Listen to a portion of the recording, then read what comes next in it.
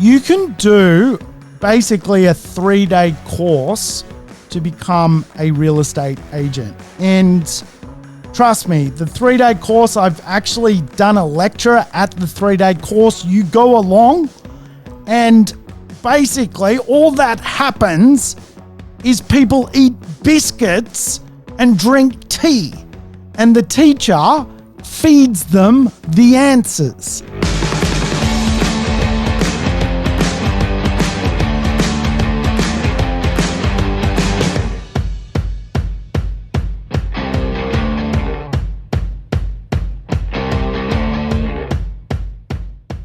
Welcome to the Urban Property Investor. I'm your host, Sam Saggers, here to help you crack the code of real estate wealth.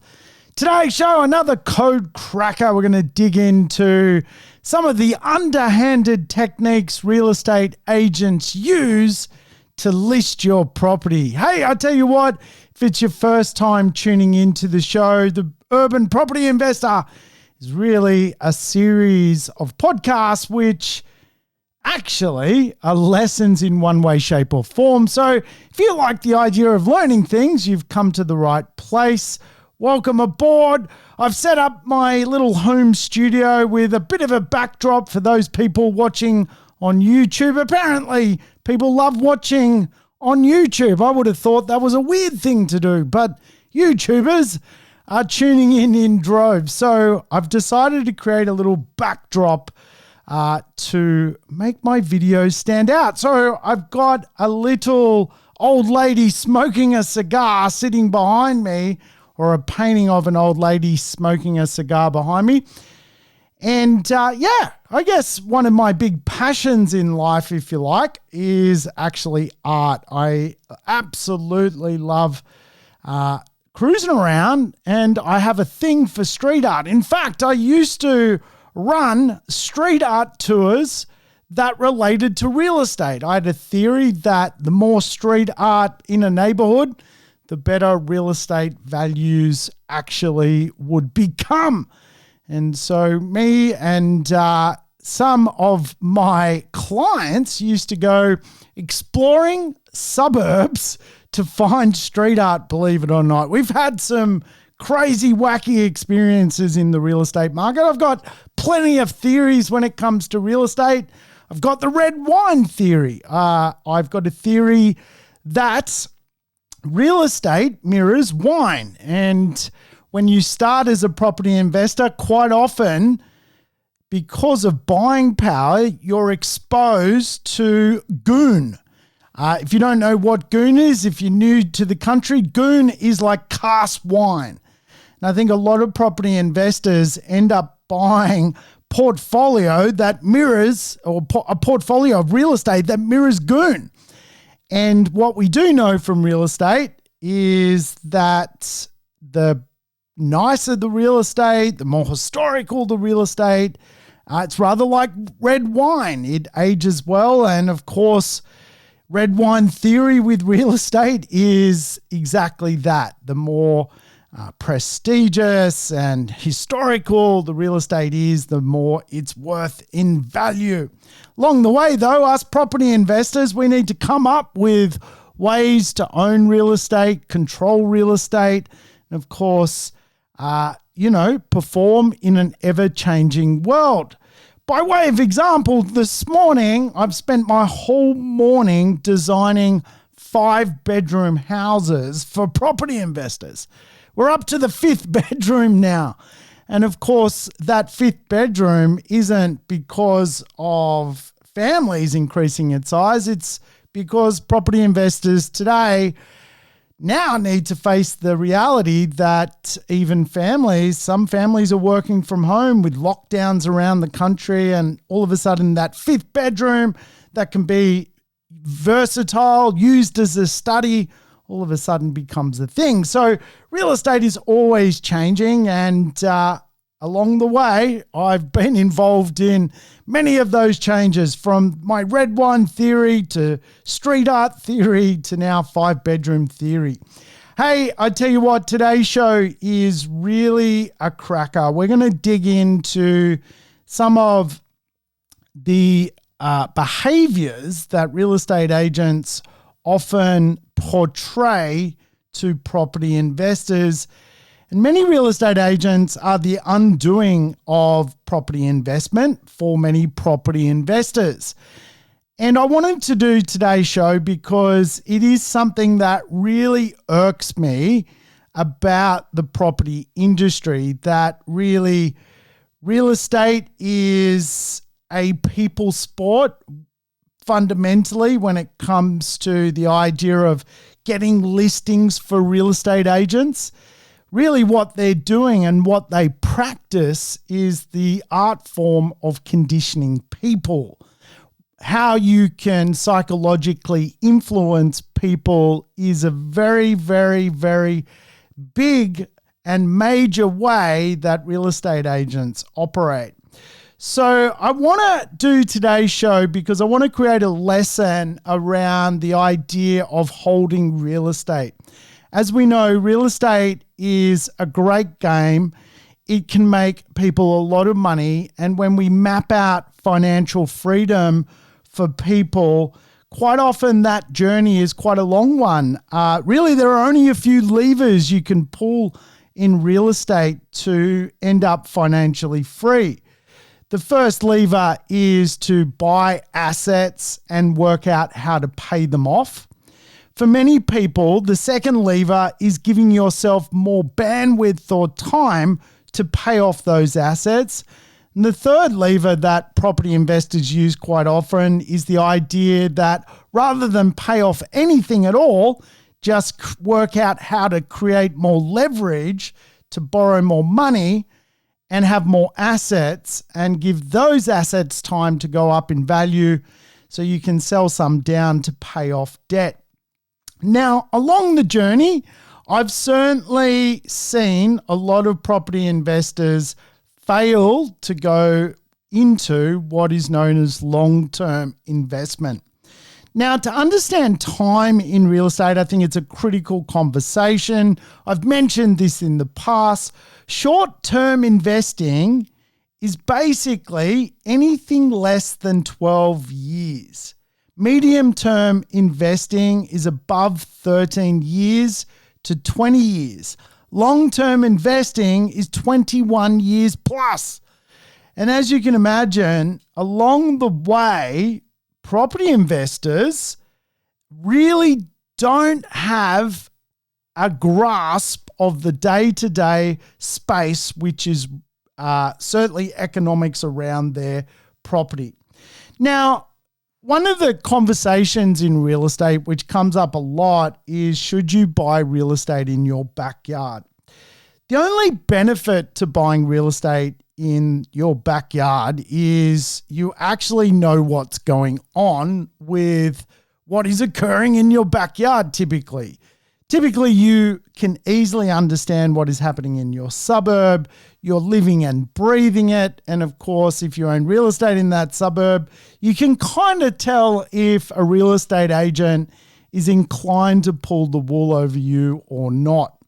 One of the challenges for property investors is they typically need to invest outside of their backyard. And the reason for doing this is quite often prices where we live can be, completely disengaged with what we can borrow. And of course, building a property portfolio, sometimes we're better off actually going to marketplaces which are more likely to grow in value than potentially where we live. And let's face it, for many people, where we live is not necessarily a great property investment area. Now, people often ask me, can I predict capital growth when it comes to real estate? The answer is absolutely not. I can't. I do not have a crystal ball. But I can create predictive growth around real estate. Predictive growth is just the idea, if we find somewhere which is highly predictive that it's going to perform, it's going to get growth. Take a property in a large urban landmass connected to really good smart jobs next to the beach, and you're going to get growth at some point. The polar opposite, of course, is an area which is perhaps not influenced by smart economics. It's influenced by inequality. It's not next to something humanistic like a beach or a nice park. All of a sudden, the odds of that property getting growth are circumspect. It's not a high probability. It's probably more of a low probability.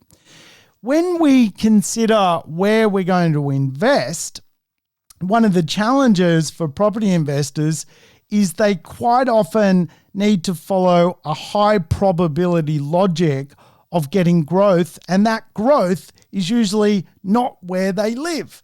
So they have to invest in suburbs they're quite often not very familiar with to build a property portfolio. Now, I always teach the principle of what is known as the 5 cities plan and the 4X growth plan. You guys have heard this before. It's really just the idea that we want a little bit of diversity around our assets when it comes to location. We want some diversity when it comes to what cities we're going to own real estate in. And here in Australia, there is a thing known as land tax. And land tax is probably the worst tax of them all. Property investors are just always taxed. And one of the real bittersweet taxes for property investors is the idea of land tax.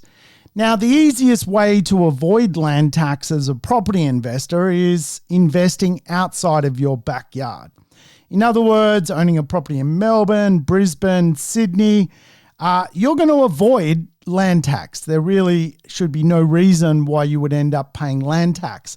But if you build 5 properties or a portfolio of 3, 4, 5 properties in one city, the odds of you paying land tax and being hit by the threshold of the land tax threshold in that state is going to be highly likely.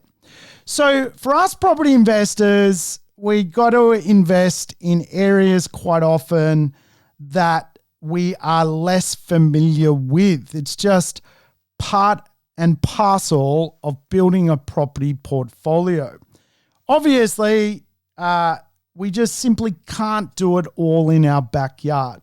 Now, I just want to set the scene with that conversation because today I'm going to talk to you about some of the tactics property agents use to quite often sell your assets and really bamboozle you to get rid of perfectly good real estate assets. I see it all the time because for real estate agents, quite often they're exposed to local communities, but also people from interstate or overseas. And for them, quite often being very transactional, people that are basically trying to make a buck in their world, they really do not, for the most part, care about what you're trying to achieve.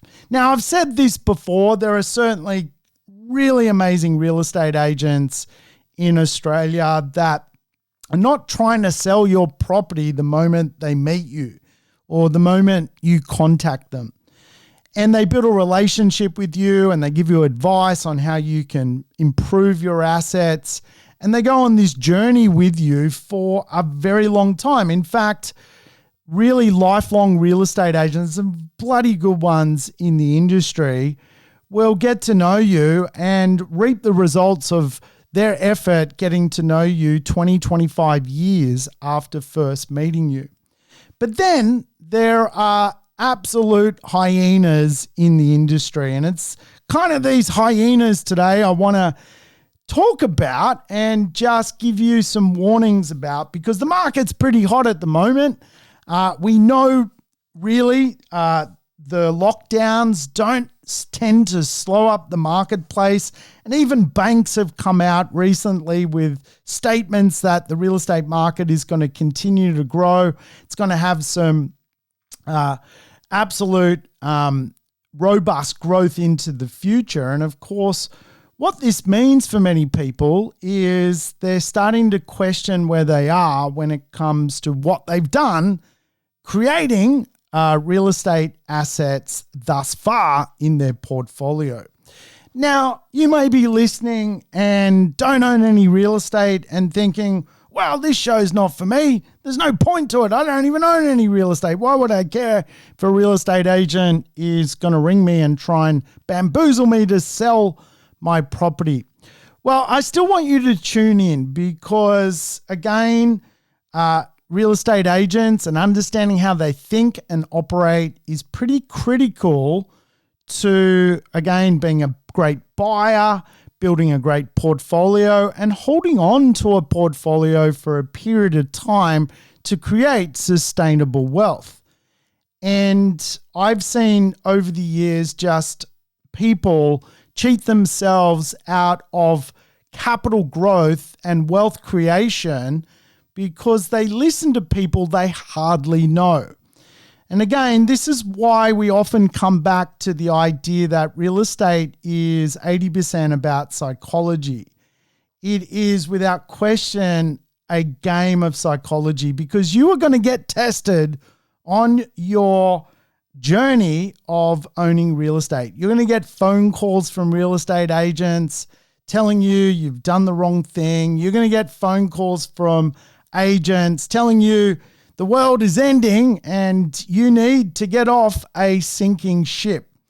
So I want to go through 13 different things that I've noticed from real estate agents over the years being a property investor. I'm a property investor first, and these have all happened to me. And it quite often happens for property investors who are quite often out of the area. This is really one of the things you're going to have to learn to overcome when it comes to understanding real estate. And I think the best medicine of understanding how not to listen to real estate agents is to understand how to analyze your portfolio, how to go through a overview of where your portfolio is at. I find a lot of property investors find it easy to buy real estate, but then they don't understand where their real estate sits in the marketplace once they own it. They don't know how to analyze it, compare it to something else. And of course, in real estate, we always need a compared to what.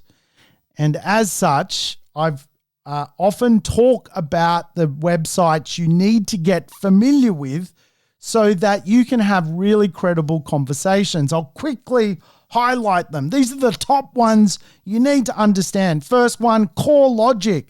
CoreLogic is a real estate investor's Bible. It tells you what's been selling.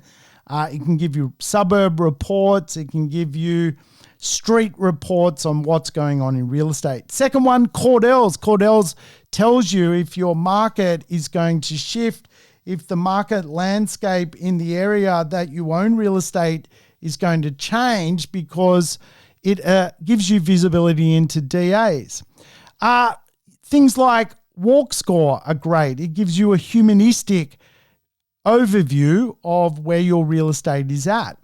You can use things like realestate.com, domain.com. These are great websites to give you some insights into what is going on in real estate.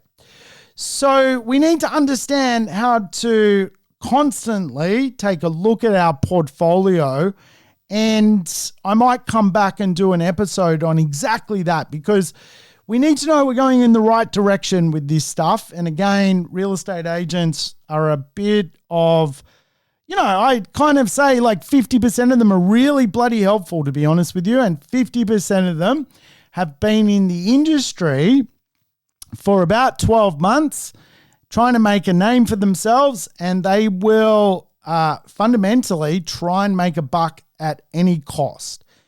And in their world, a lot of them are really what we refer to as commission only. They don't make any money unless they sell. And as such, obviously they're depending on, what's going on in their family life, their private life, just how desperate they are is quite often some of the plants they use to disrupt human beings. But remember, real estate is not necessarily about selling houses. It is actually about selling to human beings. Now, I'm a real estate agent. I try and obviously through this podcast be as transparent as possible. Like you get to hear about, my hatred of my gospodar neighbor, my Gopnik dog. You get to hear everything really about me. And I try obviously to give you insights into the real me because I got nothing to hide when it comes to real estate, how I make money from real estate, the type of investments I get involved in real estate. And a big part of my journey is just simply sharing information. But for a lot of real estate agents, they are simply trained to hunt people. And I've been to real estate school, and at real estate school, you get trained scripts and dialogues and ways to play the game of hunting people. And it's interesting today across the group of companies that, I fundamentally run alongside my business partners, we have 101 staff at the moment, 101 team members in our village, which we're kind of trying to create this 6-star team for property investors. Property investors can come into the village and work with finance brokers, coaches, strategists, property buyers agents. They can work with reselling agents, property managers. It really is an ecosystem into itself.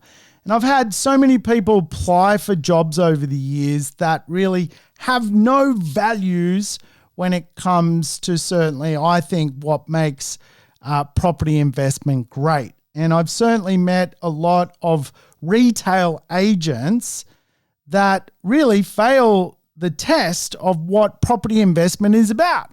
Property investment is about going the distance. And I've met a lot of retail agents who specialize in bamboozling investors to sell. And it just blows my mind that that is a thing still to this day. And it's no wonder quite often real estate agents, are kind of, in the worst category of people in society, apparently. You've got the used car salesman, you've got the real estate agent.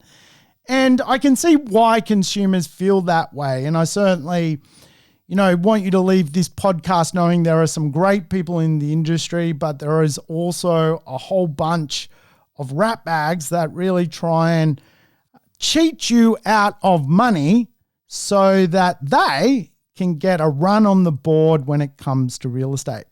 Now, I think it's a critical question you can ask anyone you're dealing with in real estate. What is your mission? What are you trying to achieve? Why should I bring you on as an advisor? Why should I work with you to sell my home? What do you actually stand for? And I think Warren Buffett says it the best in one of his pillars when it comes to financial freedom. You've got to have a cracking team. And again, a lot of property investors will listen to clickbait. They will listen to any old real estate agent feeding them and working on their doubts rather than creating financial solutions for me. So again, look, I'm wearing my purpose. I'm powered by purpose. For me, if you want to know my mission and purpose in life, it is basically people, place, and planet. So I really want to do some cool things when it comes to coaching people, sending them in the right direction. I want to design some of the best places for people to have property investments. I am currently creating a carbon offset plan for everything I do in real estate. And I want to help the planet. I want to make sure that I leave this world better than when I came into it. So let's go through 13 different tactics, retail real estate agents use on property investors to meddle with their mojo. And the first one is, without question, an old saying in real estate: quote them low and watch them go. And of course, for many property investors who can't self-analyze their property portfolio, they quite often don't understand where their property sits. And this is where you often see interstate agents, soon as they realize you're from Sydney and they're from Brisbane, they have the ability to maneuver quoting things lower. And for them, they work on the principle that if they can convince you that of a certain price, they can so quickly move that property. I once interviewed a guy who sells around 114 properties a year, and he sells every single property 10% below what actually the property is worth. And he was proud of that fact. He's a Brisbane agent, and I couldn't believe what I was hearing. I wanted to throw him out of my office. He came for a job. Said, hey, I can bring you at least 100 sales a year. This is how I do it. I quote them low and I watch them go. And as you can imagine, being a real estate agent is actually, you are dealing in time. And there are only so many hours in the day. There are only so many properties you can physically sell on a given Saturday. Obviously, there's time to travel to open homes. There's time to show an open home. And of course, if you can underquote, you're probably capable of selling a property on a single day rather than holding onto that property to get the best price, potentially over a 45 or 55 day period. So you can see, I can see why a skullduggerous real estate agent would follow that technique. It's velocity. You sell one a day as opposed to one over 45 days to get the best price. For that person, that is going to be financially better off. The agent is going to be better off, not the seller. So that is the first thing we need to understand when it comes to what can happen to you as a property investor. A real estate agent is very commonly going to underquote you what your real estate is worth. And they use, which is really the second thing I often see inside of hustling buyers, is a fear of loss, a tactical fear of loss. And really what that actually is planting a seed in someone's brain, the psychology of someone, and absolutely creating a future doubt. And it's quite easy to do if you start to talk to people. Oh, you know, that street is a really, really bad street. There's lots of crime. That's a tactical maneuver real estate agents do to create doubt. Oh, did you buy there? Oh, I would never own real estate there. Tactical fear of doubt. Now, here's the thing you need to know about real estate agents. Real estate agents don't own real estate. When I first left school, I got straight into my career as a real estate agent. And one of the most interesting things to me, and really what has led me here today to talk to you as a property professional, is that when I first got into real estate, the office I first worked in, there was about 10 people in that office, and only one of them owned real estate. It blew my mind that people could sell real estate, act as a sales agent, but actually have no comprehension about what being a property investor was all about. And it is still a bit of a thing today that most real estate agents don't actually own real estate. They operate in a very strange space. A lot of them operate with this idea that they're half a week away from being broke. Now, in real estate, only about 10% of real estate agents make a bucket load of money. And those real estate agents are quite often, as one would understand, they are quite often really good at their skill set. They're absolutely quite often, a trusted advisor. And then 90% of real estate agents are in and out of the industry in about 18 months. They are not trusted advisors. And for them, they have a lot of personal finance issues. They are not wealthy. They own no assets. And quite often in real estate, it's very common to see real estate agents driving a flash car, for example. And it's very common, all the gear, I think the saying is, all the gear with no idea. That is quite often very, very common for real estate agents. So there is some great real estate agents, and I might put in the show notes a very, very good book when it comes to understanding which real estate agent to potentially choose. It's written actually by a good friend of mine, Geoff, and I'll put that in the show notes for everyone to go and buy his book if you're interested in this stuff. So the third thing that real estate agents do is create fake news. And I had this with one of my, best clients that literally has, she's living in Mossman now. She's basically bought so many properties. She's reached this financial freedom state, and she just bought a kick-ass house in Mossman, which is like the 10th richest suburb in Australia. I think she made like 400 grand out of that house she just bought just a year ago. It's amazing. Anyway, she rang me up and she was like, great.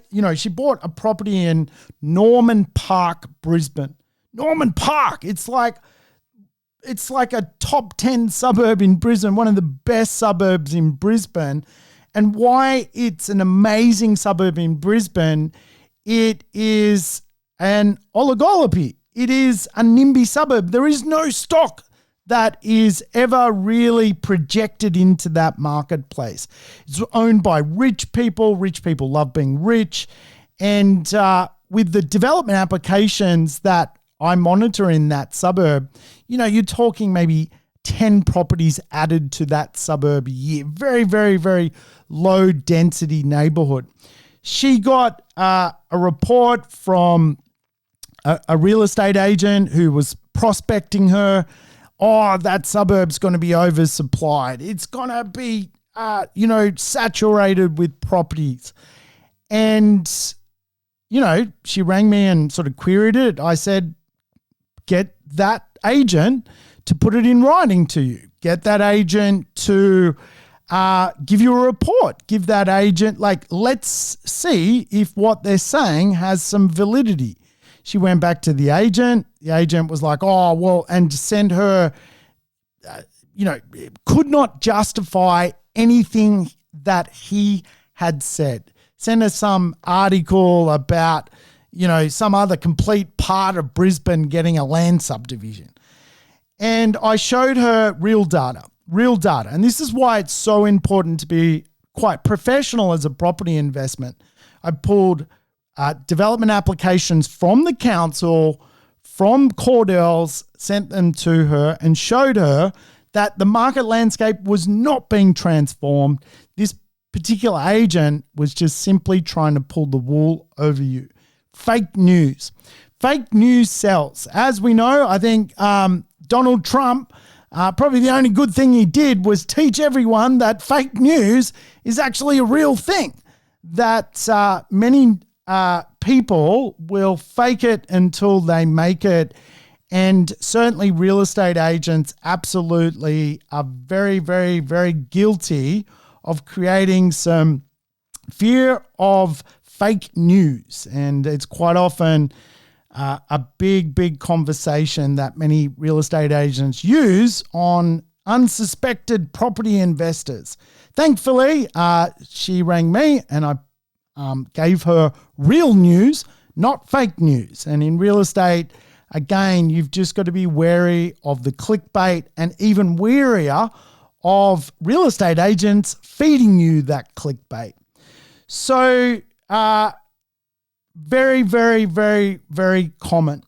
The next one is also fake, I guess, expertise in the real estate marketplace. Now, understand the turnover in real estate is horrendous. People come and go from the industry all the time. A lot of people like the idea of being a lifelong seasoned realtor, but actually do not and cannot cut it, because real estate, again, is about creating trust and rapport and helping people go on a journey. And for many people, they are not in the industry long whatsoever. You can do basically a 3-day course to become a real estate agent. And trust me, the 3-day course, I've actually done a lecture at the 3-day course. You go along and basically all that happens is people eat biscuits and drink tea, and the teacher feeds them the answers. It's actually a bit of a worry, to be brutally honest with you, the quality and standard of realtors coming through the system. In New South Wales, it got so bad that the state government had to step in and rewrite what is needed today to become a realtor in New South Wales. It was a joke. People do not know the legislation requirements to be a real estate agent. In my day, I had to do a 3-year diploma to become a real estate agent. A 3-year diploma.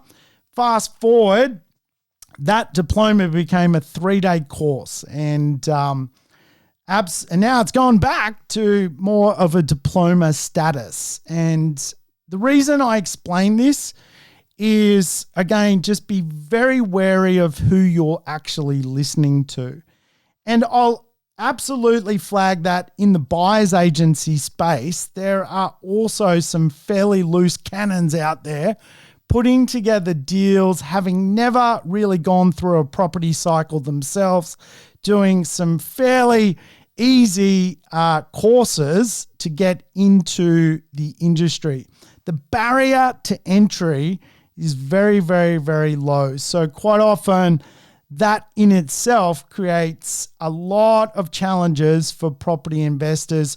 So the lesson here is just be very careful of who you're listening to. And I've said this before, some of the best people to listen to in the industry are, highly ranked in the podcast scene within property investment, for example. They've been around. I listen to some of the other podcasts going around, and those guys have been around for so long. They must be doing something right and going in the right direction.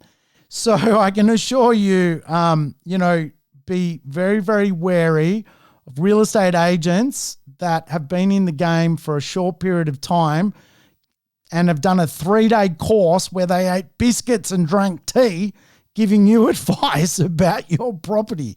It is like giving a machine gun to a monkey, as they would say. The next thing you need to be very wary of as a property investor is sometimes real estate agents will do what is called, a bit of a fake CMA. A CMA is a competitive market analysis. It basically looks at your property and compares it to another property. And what is common in real estate when you're getting appraisals done is the real estate agent can actually manipulate, override the system with core logic, RP data, and give you and feed you comparable sales to work you on price. And this sort of comes back to the first thing I mentioned, quote them low, watch them go. And again, you need to be very familiar with what is going on in your target market. Now, I always say to property investors, once you own a real estate, set up Google alerts on what is going on in that suburb. Get in Facebook groups of what's happening in that suburb. Don't just be really, really foreign to what you've bought. And I've seen this happen so many times to property investors. A lot of property investors, and particularly obviously with COVID at the moment, can't go and visit a property that they're potentially even buying. So what happens is when you do not see what you're buying, the fear absolutely starts to build up in you. And even though it's COVID, soon as you possibly can get on a flight, if you've bought recently, go and see your property, get to know the area you bought in. You're going to feel a lot more comfortable when you actually understand what you potentially have bought. And again, a lot of property investors will get fed CMAs from real estate agents, which again, just leave out valuable data as to potentially the true worth of assets. And they feed you this so that you're more likely to sell. And there is obviously a lot of people that sell every single week as property investors that tap out of this thing called property investment. And a lot of that is to do with just the way real estate agents approach, maneuvering you as a human being. Now, I think I have a little 3-step policy with real estate. Real estate has got to be good for your heart because real estate at the end of the day is about emotions. It's got to be good for your brain. It's got to mathematically make sense. And it's got to be good for you for your feet. Yes, your feet. You need to be able to be willing to go and see that property from time to time. And if that means you have to go interstate, that's just what you've got to do.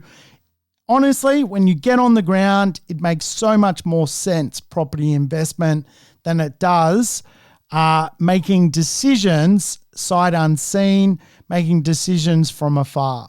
And of course, as a property investor, I've certainly bought in places I've never been to. I've bought sight unseen. I've got the lashes on the back from making mistakes in that space. But equally, I can tell you that once you understand the good sides of the tracks and the bad sides of the tracks of a suburb, by going there, you will feel a lot better. Now, I used to run actually city tours and tours for property investors so they could understand how a city actually works, to put in context what is going on in a city. And I think this is one of the other things that real estate agents fail to understand. Their basic level of economics is pretty low, and it really does almost like create this narrative that they are specialists quite often in what? What are they actually specialists in? Because I certainly know they're not specialists in city town planning. And I think one of the big things when understanding real estate is to understand how a city is evolving, where the hot areas of economics are, where the areas of supply are, where the areas of supply aren't, how the zoning works, how town planning works. Most property investors really just, most real estate agents really are not taught how to understand this space. And really this podcast came about because my bus tours got basically stopped. They got stopped because COVID came along and stopped it. And, I ended up starting this podcast to basically keep the dream alive of helping people understand this stuff. I used to do it on a bus. Just one sec. I've got to get something charged up.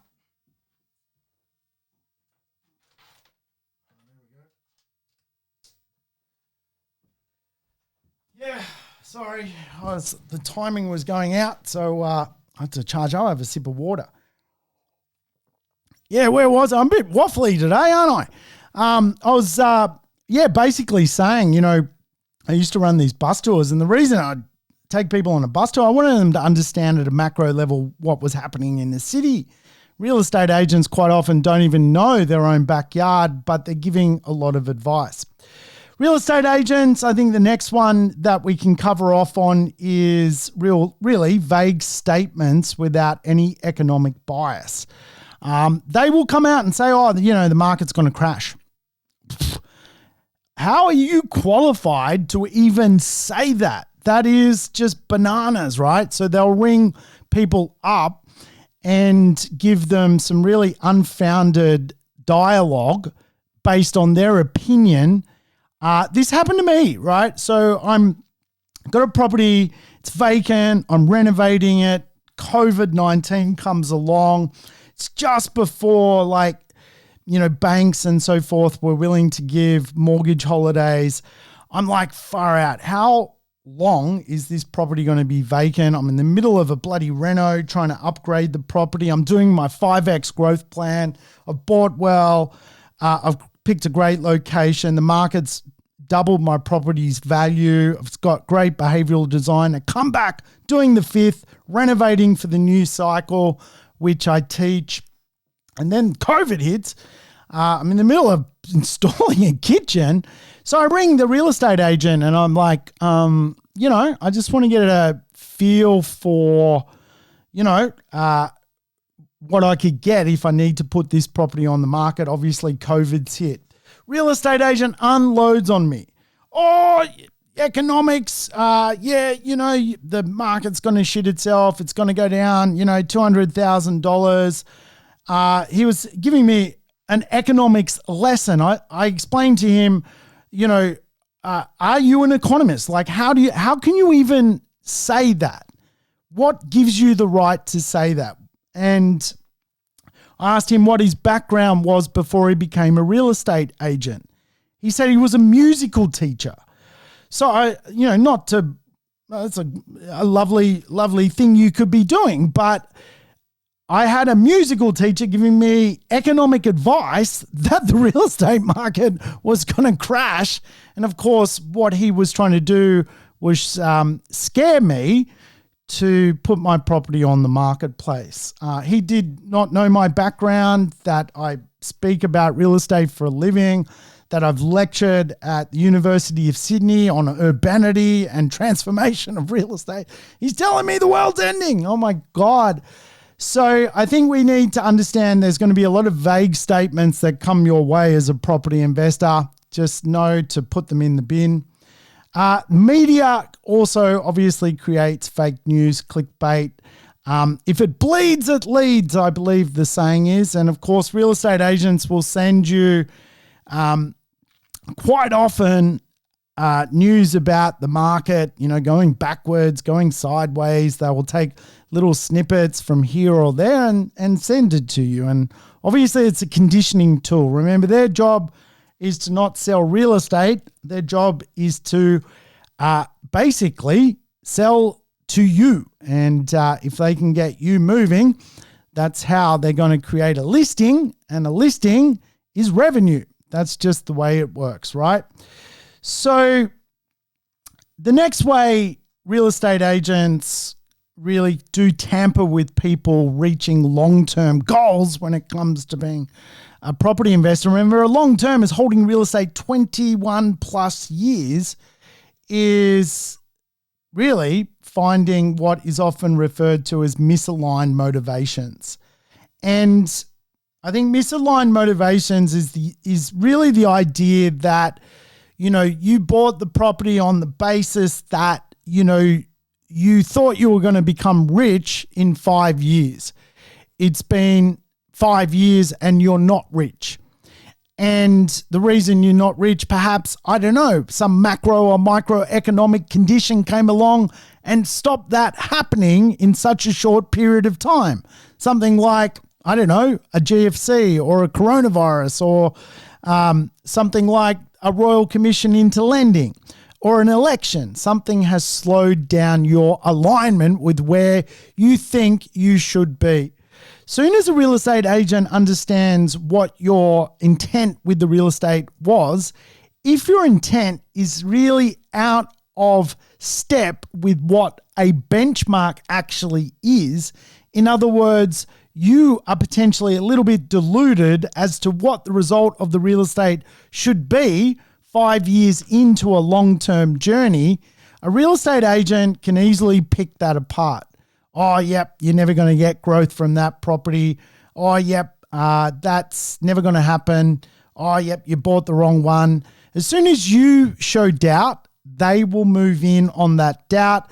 And quite often that's how real estate agents are trained at the various scripts and dialogue sessions, which are often run for real estate agents. That's really how they're trained. That's why there's real estate agent schools of scripts and dialogues. As soon as you show fear, that is really a door opener for a real estate agent to come in and meddle with your mojo, and particularly if you show misalignment to what you're trying to achieve. And quite often real estate agents will prospect me. Oh, yep, yeah, you know, can I get you on the market? You know, what, and they'll ask me questions like, you know, why did you buy the property? You know, how long have you owned the property? You know, and as such, they're trying to feel out if I've got misalignments. And I always say to them, look, you know, I've bought well, I'm never going to sell.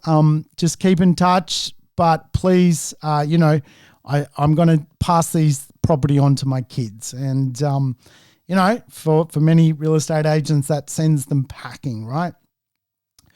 So misaligned motivations is a big one. I think, you know, you just got to be very mindful of that. Hey, I know the show's getting long. I should have mentioned you got to play the show in double speed. Otherwise, I can go forever. And I used to actually go around on buses for 12 hours a day talking on real estate. I actually wanted to break the Guinness Book of Records for talking about real estate. And I was going to do that actually this year. I'd planned to give up 10 days of my life to talk constantly about real estate. And I wanted to do it on a bus. But COVID came along and now I'm doing a podcast. Maybe I have already created Guinness Book of Records because I've done like, I don't know, 60 podcasts by myself talking about real estate, which, yeah, may be a world record. It may be an Australian record. I don't know, but we should look into that. Maybe I can get a Guinness Book of Records. I'd be really stoked with that. So misaligned motivations, certainly the next one is pushing availability bias. And of course, availability bias is just we often make decisions based on the information which is available to us. So if a real estate agent gives us information, we are just simply determining our status off the basis of that information. And of course, quite often, if you don't go looking for alternative viewpoints, that's how you create an availability bias. And again, it's just one of the anchoring techniques that real estate agents use. Let's give you some information, curate it the way we want, and that becomes your availability bias. So be very mindful of that. Be very mindful of real estate agents pushing their agenda onto you. And one of the other real conversations, again, real estate agents will use, and I've mentioned this in the past, is the illusion effect. The illusion effect. So again, quite often real estate investors have money illusion.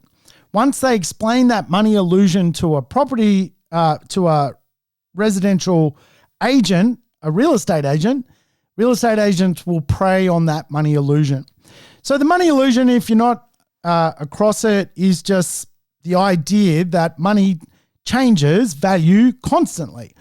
And for example, you could have, when you bought a property, been borrowing money at 6%, that interest rate now is 3%. The time you bought the property, it was $600 per week in rent. Now it's $550 a week in rent. When you're talking to the real estate agent, you say, oh yeah, I'm not happy. The rents have dropped by $50 a week. This is a money illusion because actually interest rates have dropped by half and your cash flow position would be far better off. A real estate agent understanding that you're dissatisfied because your rents have gone down $50 a week knows to start anchoring dissatisfaction towards you. Oh, yeah, don't see a rental rebound coming soon. Yeah, we can get you on the market within a few days, etc., etc. Really is a technique that many real estate agents use, anchoring really property investors that they have a problem when actually they don't have a problem. In fact, they are just creating the effect that is money illusion. So certainly I can tell you it happens a lot, and I've coached a lot of people off the fence because of money illusion. And quite often, again, real estate is such a psychological sport. You can create illusions in your own head that are actually, when you're financially better off, for some reason, people do this, human beings will be human beings, create a negative when actually you should be creating a positive. Certainly, I think a lot of real estate agents will anchor doubt in many investors' minds. Quite often that doubt is that they bought a lemon, that is something that the local market doesn't like. Could be a perfectly good house, and all of a sudden property investors get duped onto the market, and of course quite often will sell real estate so unnecessarily because they do not have anyone to talk to about their financial world. Now remember, the statistics are fairly real in this space. The average property investor does not get past 6 years of owning real estate. And one of the reasons that is the case is quite often property investors will take a 5-year interest-only loan. Soon as that ticks over and they're paying more for the cost of the loan they have, they start to create a lot of doubts around the real estate they own. And by year 6, they are out. Their interest-only period ends. They're going into interest in principal. They're not really feeling good about their asset and they tap out. And of course, this is really the worst thing you can do when you can just reset the loan or refinance, and also go further and deeper into the cycle, which is real estate ownership. Remember, property cycles tend to be about 13 to 15 years in length. And if you use Rule 72, which is just the idea that we want a compounding growth effect on our assets, even at a 5% compounding growth rate, you take a normal property, 15 years later, it would have doubled in value. So what is the point of listening to a real estate agent that has done a 3-day course giving you economic advice to get off the roller coaster? If you get off the roller coaster halfway through real estate investment, you will get burnt. You will not make money. It's just the way the real estate world is set up. There's a lot of taxes in real estate. There's a lot of selling costs in real estate. There's a lot of fees, stamp duty. And again, once you add all that up, if you get off the roller coaster halfway through, you're going to get burnt. And this is why I try and teach so militantly my Forex growth plan. We want to buy well, a good location. Location. We want a good marketplace and some great behavioral agendas around the property to create this humanistic effect as to why the property is good for other people.